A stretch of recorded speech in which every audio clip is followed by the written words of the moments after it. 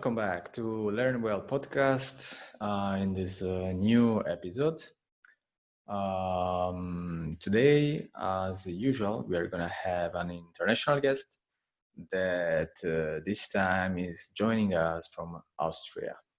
As usual with all our guests, she is involved in the field of non-formal education in the Erasmus Plus. And she is gonna tell us a bit more about her experience. But as usual, I'm not gonna say much more about her, so I'm gonna ask her to introduce herself directly. Nina, are you there? Are you ready? I am. So my name is Nina, and as already mentioned, I'm from Austria. I'm 26 years old, and I'm also working in this Erasmus Plus world for the last 5-6 years. And let's see where this goes today. Thank you for the first introduction. Okay, so what I wanted to ask you, as you might know, this podcast is focused on learning, education, and well-being. So my question for you as a starting test, just to warm up a bit with this podcast today, would be how it happened to you that you entered the world, the universe, I would say, of non-formal education and Erasmus Plus. How did you find yourself involved in it, and how did you turn it into your job, I would say? So for me, it was, as for many people, I think more an accident that I started to step into this non-formal education. When I was still in high school, I was very active on a local basis with youth, and I took part in a lot of local seminars and workshops. And then through contact, by accident, I found on Facebook that there is something called Erasmus Plus, and that they are looking for someone from Austria to go to Italy and to learn about European citizenship.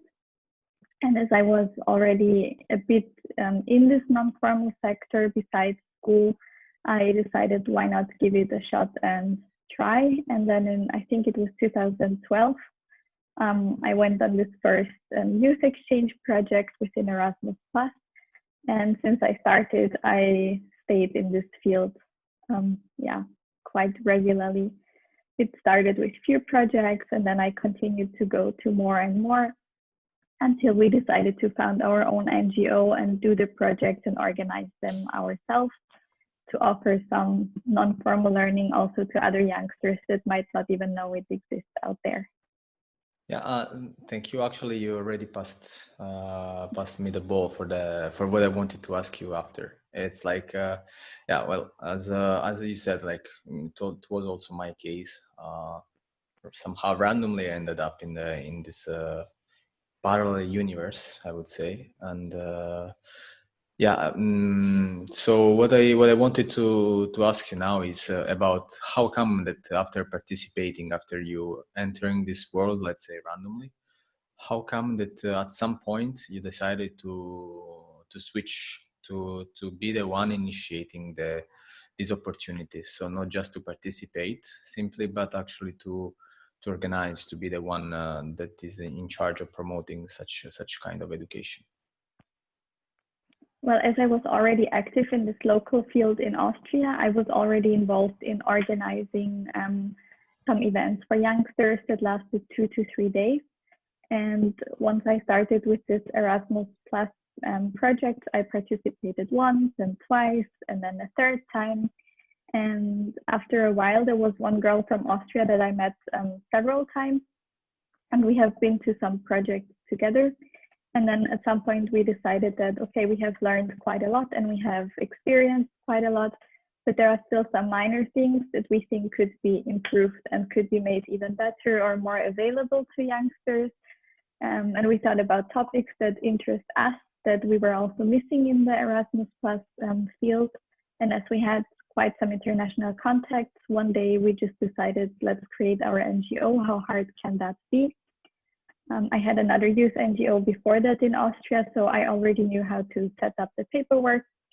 And then from one day till the next, basically, we came up with a name, we set up a website, and we had the NGO created mainly to have the opportunity to really implement our ideas and make better of what we see could still be improved. Yeah, and when did you found it? When did you find it? Found it, yeah, the organization. Sorry, it's been many years. It was 2014 that we started the NGO, and then from 2015 we were active in Erasmus Plus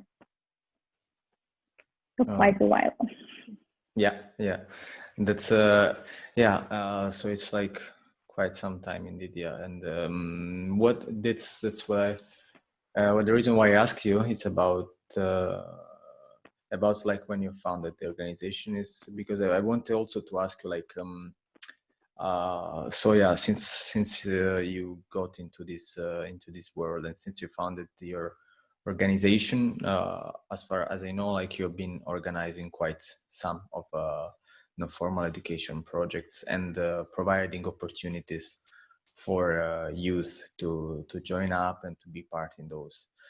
Then my question for you would be, did you see some impact, something that this project left in the youth that took part in what you have been organizing during these years?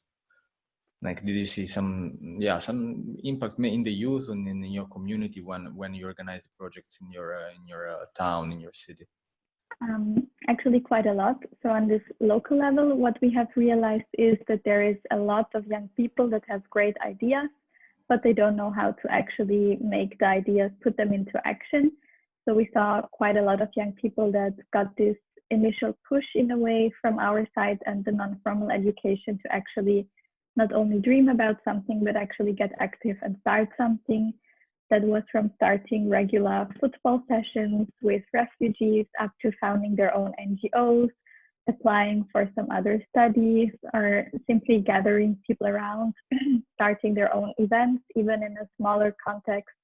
And also in the international sphere, there's quite some people that started to be more active after participating in one of the projects with us. They started their own NGOs as well, got active into creating more projects for other youngsters.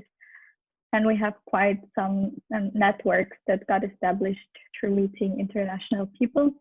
And mostly the impact, what we see after every project is that people say that they learn so much about themselves that they don't learn in any school or university or any courses or books that they might even read. But that it's really some self-confidence and they get to know themselves and their skills much better through the non-formal education in comparison to the formal education. Great, that sounds good. And actually, and I think that what have been the impact to you? Like, do you see something that changed in you during these years? Thanks to these projects, I mean, like. For sure. I think the biggest thing that I learned out of all of this and that changed me is that you have to be spontaneous and you cannot plan everything, which I really liked to do before, like planning trips, planning schedules, planning everything to the last detail. But I learned quite quickly that especially if you work with people and education, it's very hard to predict things and that you should stay spontaneous. So that was really one thing. And I think I also learned how to put my ideas into action even more by having the support of other people that think alike and that will do the things with me, creating new projects. And I think what also changed is this constant curiosity. Like back in school, I didn't have this constant curiosity to learn more and to see more of the world and people. And through the non-formal education, I saw that there is always something more to explore and this lifelong learning really does exist.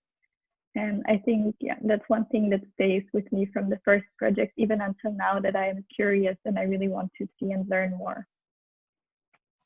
Thank you for your words. Like it's super. It's like, to me, it's super inspiring to hear this. Like and suggestion for people, like, listen carefully to this thing, to the people that are listening to this podcast today.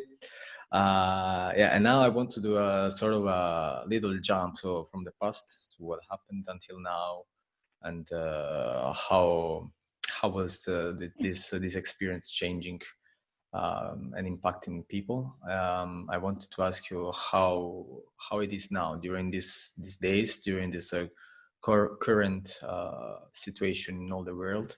How is it for you first, and how is it for your work and for the organization? Like, how are you facing this? How are you working? How are you keeping up the learning and the work with youth that you've been doing during these years? Really, it's quite challenging these days, as for everybody else, to have virtual meetings and do something online. What we tried to do at the beginning of the pandemic situation was to still have some regular meetings and some game nights in the way that it was still allowed to do it. Then luckily we could still implement one of the physical meetings and youth projects during the summertime, which I think gave a lot of energy and hope back to the people participating and to the ones that were involved in organizing it. And we are still kind of getting energy out of this, that it was possible and that surely it will be possible again. And I guess as for most other people working in this non-formal field, right now it's very hard to do anything internationally. What we still try to do is to do as much as needed online, but not to overdo it. So we started to have some online yoga classes together. We have some meetings just to catch up what is going on, having coffee online together. But of course, it's quite challenging and it does have an impact. And yeah, we hope that things will change again. For now, we have postponed the activities from this year until next year. And together with the partners, we are still in touch with the people from other countries and trying to keep it all going as much as possible and being prepared for whatever might come with new restrictions, regulations. So we really try to be on the up-to-date news and to see what is possible when to give more learning to people. And then as you also do it with New Wellness Education, we try to offer things online, but of course people spend so much time in front of computers that by now they don't want to join another Zoom event or conference. It's normal, I guess. Yeah, well, yeah, that's what it is indeed. Like it became a bit packed with all the online events and opportunities also, which obviously the attention cannot be all the time focused on that.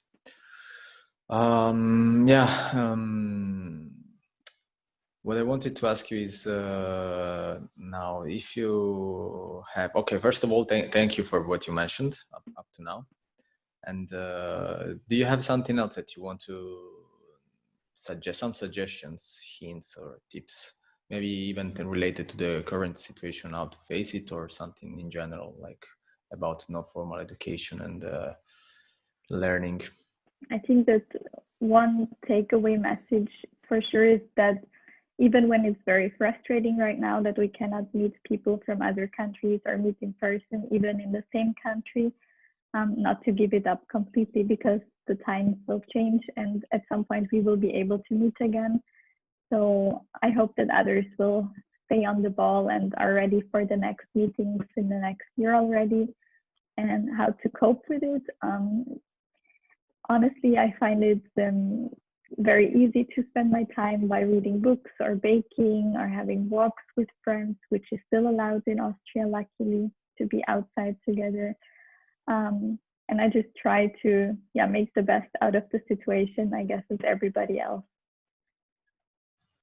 Thank you, Nina, for what you mentioned and for what you shared with us today. And as usual, we might have the opportunity in the next period of time to catch up again over this platform, Learn Well podcast, to get updated on what's going on and how the things are evolving. For now, thank you very much for what you shared, and hopefully we'll gonna catch again with in another podcast later on. Thank you for having me here. Yeah, once again, thank you, Nina, for what you shared with us today. And yeah, we got to the end of this episode, this new episode of Learn Well podcast, focused on learning, well-being, and education.